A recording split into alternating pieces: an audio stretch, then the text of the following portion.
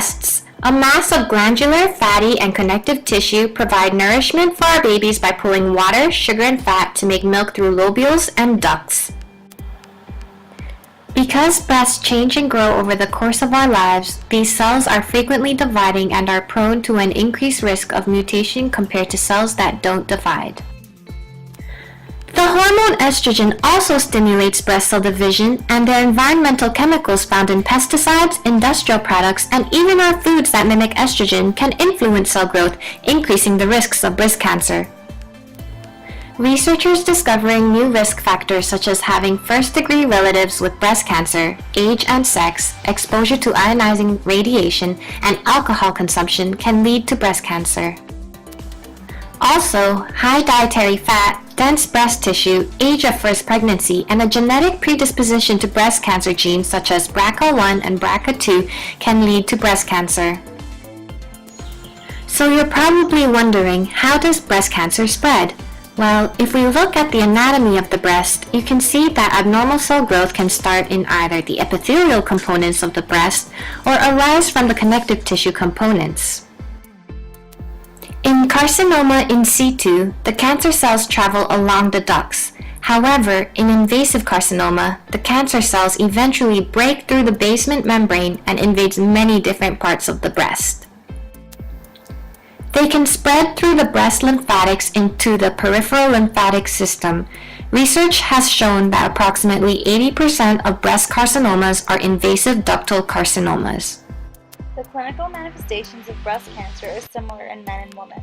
The most common symptom of breast cancer is a new lump in the breast.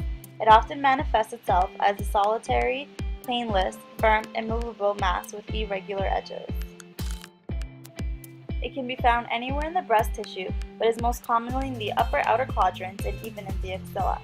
The lump is present at all times and it does not go away or get smaller with the menstrual cycle in females.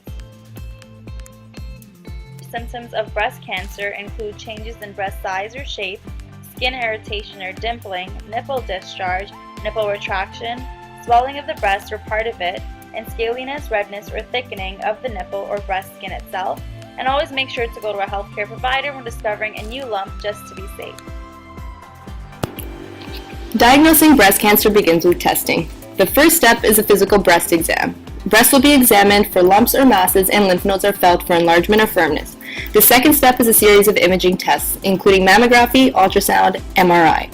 Finally, a biopsy is performed to test for breast cancer. Grades and staging of breast cancer. Grading allows for classification of breast cancer cells, the growth rate, and likelihood of cancer spreading. It is scored 1 to 3. Staging classifies the extent of cancer in the body. It is known as TNM, tumor nodes and metastasis. Together, they allow for selecting the best method of treatment. Some treatment factors include type and stage of cancer, size of tumor, tests such as HER2 receptors, general health and age, and menopause, which lowers estrogen levels.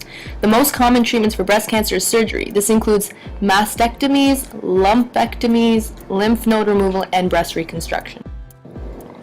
Chemotherapy destroys cancer cells using anti-cancer or cytotoxic drugs. In primary breast cancer, chemo reduces the risk of breast cancer returning. In secondary, it shrinks and controls the growth of cancer. Radiotherapy uses high-energy X-ray to destroy cancer cells while minimizing harm on our normal cells. Hormone therapy lowers estrogen levels in the body, preventing it from attaching to cancer cells. This comes most commonly in the form of tamoxifen or aromatase inhibitors. When deciding on treatments, it's important to consider questions such as, why is this treatment the best for me? Are there other options? What are possible side effects? And more. There are many possible nursing interventions.